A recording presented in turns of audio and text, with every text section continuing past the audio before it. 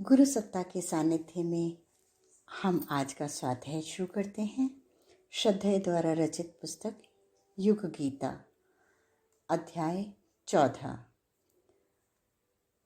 कर्म किए बिना कोई रह ही कैसे सकता है। इसमें श्रद्धेय बताते हैं, योगी राज श्री अरविंद कहते हैं कि गीता के इस तृतीय अध्याय के 20वें से लेकर 26वें इन 7 श्लोकों से अधिक महत्वपूर्ण श्लोक गीता में कम ही हैं। वे लोक संग्रह शब्द को समझाते हुए कहते हैं कि इसे समाज सेवा, समाज सुधार आदि शब्दों से जोड़कर नहीं देखा जाना चाहिए। यह ईश्वर के विधान के अंतर्गत ईश्वरत्व को जीते हुए शिक्षण देने की प्रक्रिया है। आधुनिक मन की भूमिकाओं से कहीं अधिक ऊंचाई पर गीता भावनाओं और अनुभूतियों की भूमिका में विचरण करती है। इसीलिए वह जिस शब्द का प्रयोग करती है उसका अर्थ सामान्य नहीं असामान्य ही लिया जाना चाहिए। लोक संग्रह की बात को अगले श्लोक में फिर बड़े अच्छे ढंग से समझाया गया है। 21वां श्लोक है, यद्यदाचरति श्रेष्ठा स्ततः देवेतरो जनः स यत् प्रमाणं कुरुते लोक स्तदनुवर्तते। जैसा आचरण एक श्रेष्ठ पुरुष का होता है, अन्य पुरुष भी वैसा ही आचरण करते हैं। वह जैसा भी कुछ आदर्श उपस्थित करता है, लोग उसी का अनुसरण करते हैं। अर्जुन जो इस असमंजस में है कि मेरे व्यक्तिगत कर्मों का समाज से क्या संबंध, श्री कृष्ण की इस उक्ति के साथ वह तुरंत समाधान पाता है कि यह इसीलिए जरूरी है कि वह विशिष्ट श्रेणी में आता है। उसका आचरण सारे समाज के उत्थान पतन का कारण बन सकता है। उसका कोई कर्म व्यक्तिगत नहीं अपितु सभी कुछ लोक शिक्षण हेतु है।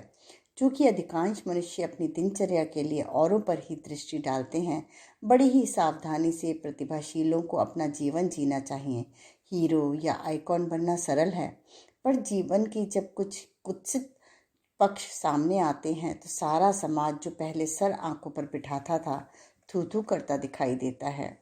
आज के युग में सबसे बड़ा संकट यदि कोई है तो वह है मनीषियों के प्रकाश स्तंभों के अकाल का संकट। नेता तो बहुत हैं, पर सिजेता कहीं नहीं दिखाई पड़ते।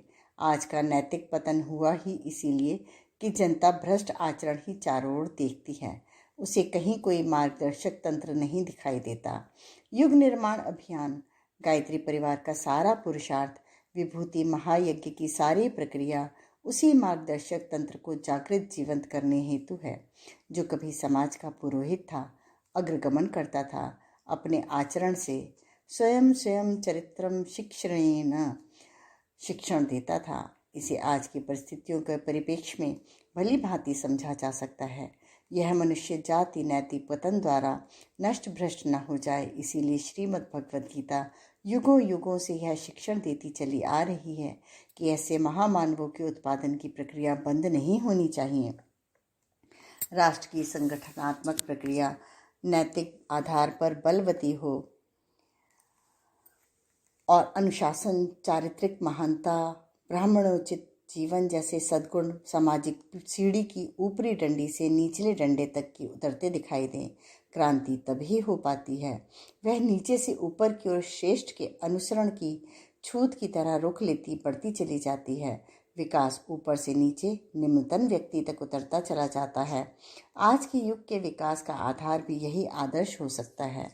भगवान यहाँ बहुत स्पष्ट कह रहे हैं कि नेता लोग जो कुछ भी कहते हैं उसका नहीं, लेकिन जो कुछ वो करते हैं आम जनता उसी का अनुसरण करती है।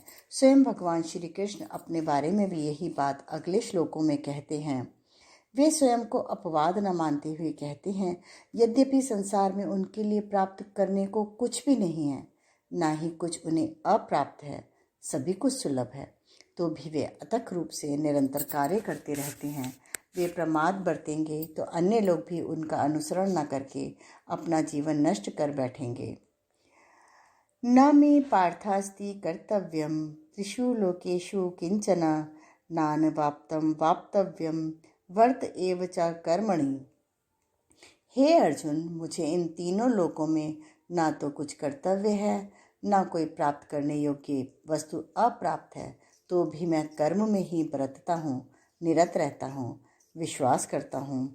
यदि ह्यहं न वर्तेयं जातु कर्मण्यतन्द्रितः मम वार्तमनुवर्तन्ते मनुष्याः पार्थ सर्वशः।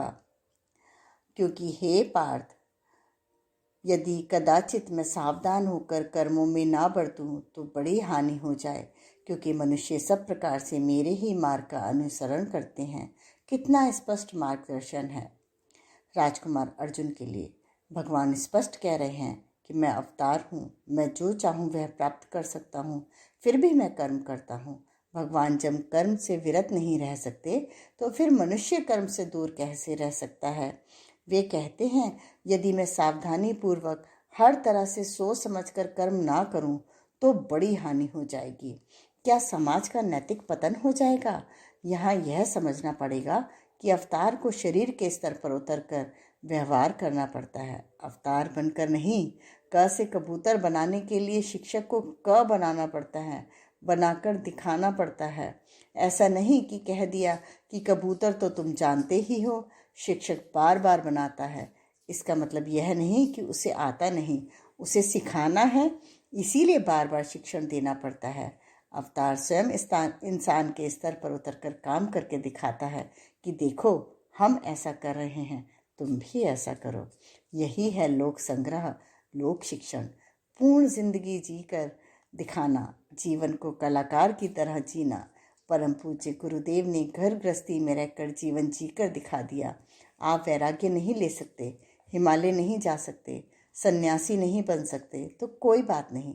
गृहस्थी में रहकर लोक सेवा कैसे की जाती है, गृहस्थी को तपोवन कैसे बनाया जाता है, इसका उदाहरण मैं स्वयं जीकर दिखाता हूँ। यह गुरुदेव ने कहा वह किया।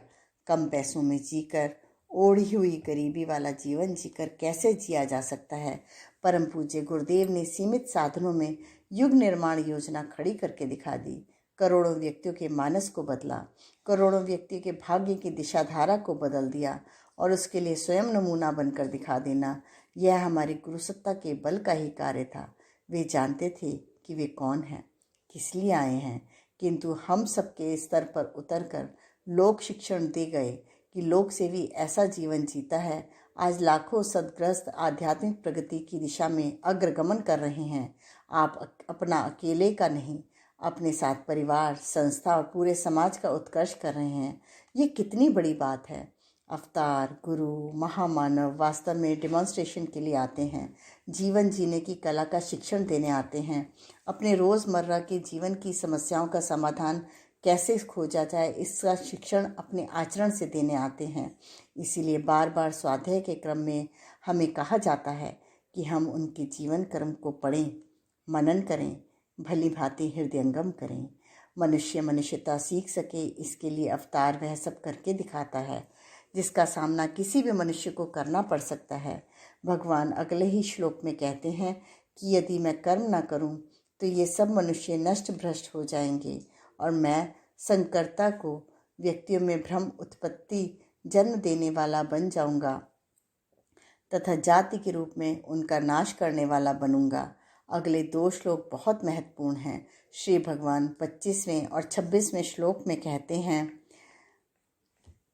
सक्तः कर्मण्ये विद्वांसो यथा कुर्वन्ति भारत कुर्याद्विन्दा सता सक्तश्चि कीर्षुर्लोक संग्रहम् ना बुद्धि भेदम जनयेद ज्ञानाम कर्म संगीनाम जोशयेत सर्वकर्माणि विद्वान युक्तः समाचरन्।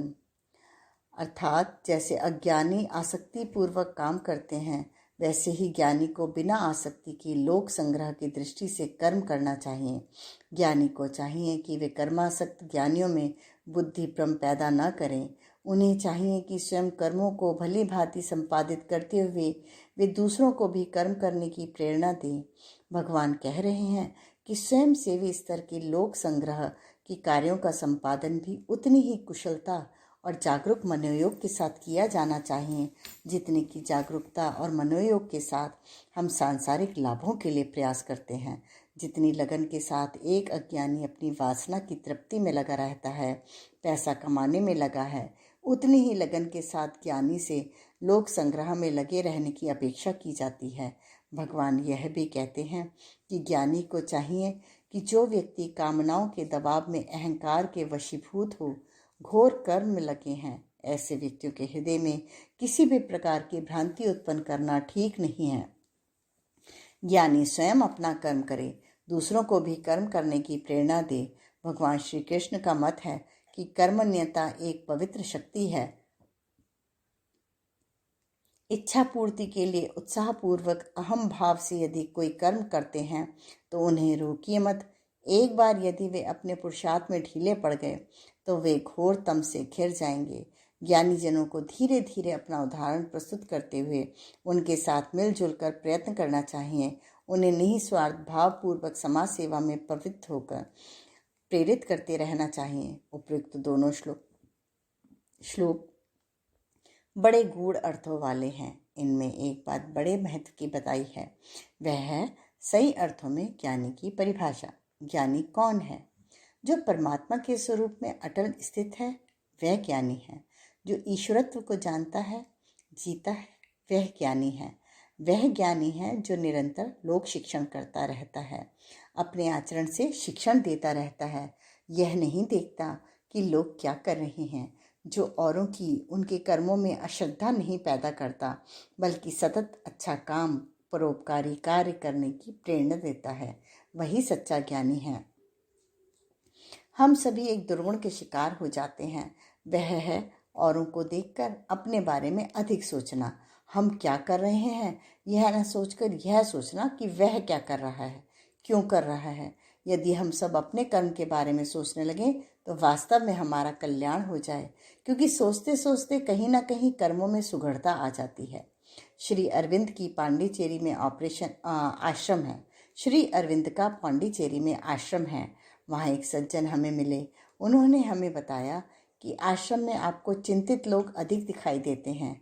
हमने कहा हाँ, कई लोगों के माथों पर सिलवटें दिखाई देती हैं। वे बोले इसीलिए चिंतित हैं कि और लोग क्या करते हैं।